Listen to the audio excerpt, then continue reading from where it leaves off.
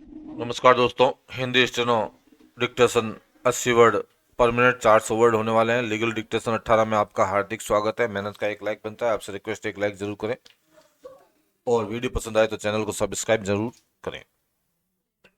कुछ महत्वपूर्ण बिंदु हैं। सबसे पहले आपको लीगल डिक्टेशन नंबर नोट करना है, वीडियो को ध्यानपूर्वक सुनकर डिक्टेशन लिखना है। हमारे द्वारा बनाया गया टाइपिंग टूल जिसका डिस्क्रिप्शन में लिंक दे रखा है, वहां जाकर आप डिक्टेशन की जांच कर सकते हैं। पीडीएफ के लिए टेलीग्राम को फॉलो करें। 5 सेकंड में हमारा डिक्टेशन प्रारंभ हो जाएगा।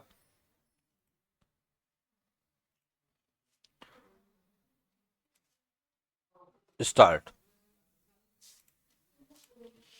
विचारण न्यायालय के अभिलेख में संलग्न आरोप पत्र के अवलोकन से यह स्पष्ट है कि लिपिकीय त्रुटि के कारण आरोप पत्र में अभियुक्त पर धारा 25वीं आयोध अधिनियम का आरोप विरचित किया गया है, जबकि अभियुक्त के आधिपत्य से, जैसा कि अभियोजन पक्ष कथन से स्पष्ट है, देसी कट्टा और 2 जिंदा कारतूस बरामद किए गए थे, जो अग्नायुध आयुध हैं। विराम। अभिप्राय यह है कि अभियुक्त पर धारा 25A आयुध अधिनियम के अंतर्गत आरोप पत्र विरचित किया जाना चाहिए था। विराम। इस बिंदु पर अपील ज्ञापन में कोई आपत्ति नहीं की गई है और साथ ही साथ अभियोजन साक्षी गुण का कूट परीक्षण करते हुए बचाव पक्ष को इस बात का पूर्णतः ज्ञान रहा है कि उस पर अग्नायुध जब्ती का आरोप रहा है और उसने इसी आरोप के संदर्भ में अपना बचाव किया है। विराम। अतः उक्त तकनीकी या लिपिकीय त्रुटि की उपेक्षा किया जाना ही उचित होगा। विराम। Para change. प्रकरण में प्रस्तुत की गई संपूर्ण साक्ष्य को दृष्टिगत रखते हुए अभियोजन अभियुक्त युक्तियुक्त संदेश से परे धारा 25A आयुध अधिनियम के अंतर्गत दंडनीय अपराध का आरोप स्थापित करने में पूर्णतः सफल रहा है। विराम। विचारण न्यायालय के निष्कर्ष उचित और वैधानिक है और उनमें हस्तक्षेप किए जाने की कोई औचित्यता या आवश्यकता प्रकट नहीं होती है। विराम। अपील ज्ञापन में ली गई आपत्तियां स्वीकार किए जाने योग्य नहीं है। विराम। बचाव पक्ष को उनके द्वारा प्रस्तुत किए गए न्याय दृष्टांतों से कोई लाभ नहीं मिलता। विराम।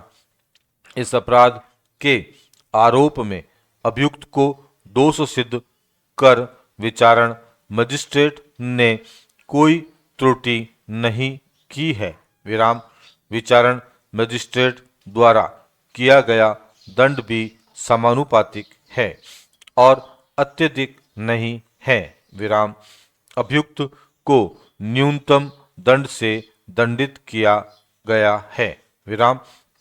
दंडाज्ञा भी हस्तक्षेप अयोग्य है। विराम। यह दांडिक अपील सारहीन और निरर्थक होने से खारिज किए जाने योग्य है। विराम।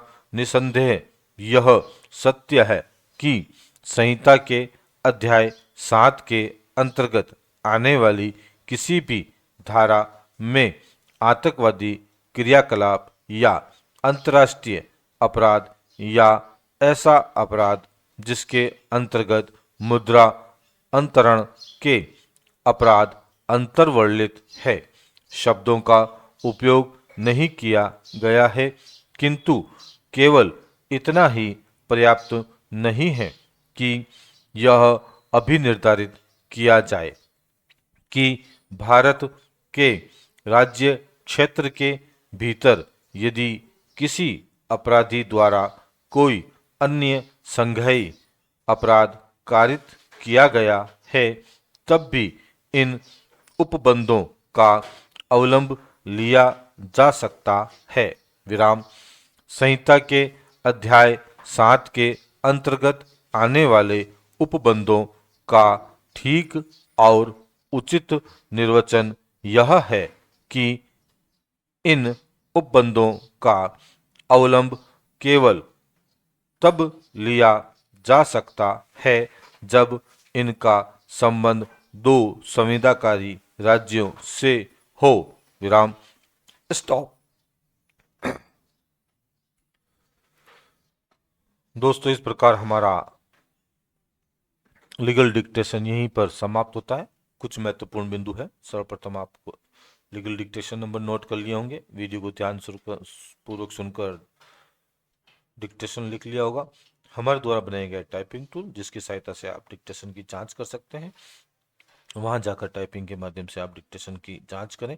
पीडीएफ के लिए टेलीग्राम को फॉलो करें। मेहनत का एक लाइक बनता है, आपसे रिक्वेस्ट एक लाइक जरूर करें और चैनल को सब्सक्राइब करना ना भूलें। बेल आइकन प्रेस करें ताकि वीडियो अपलोड होते ही नोटिफिकेशन आप तक पहुंच सके। धन्यवाद।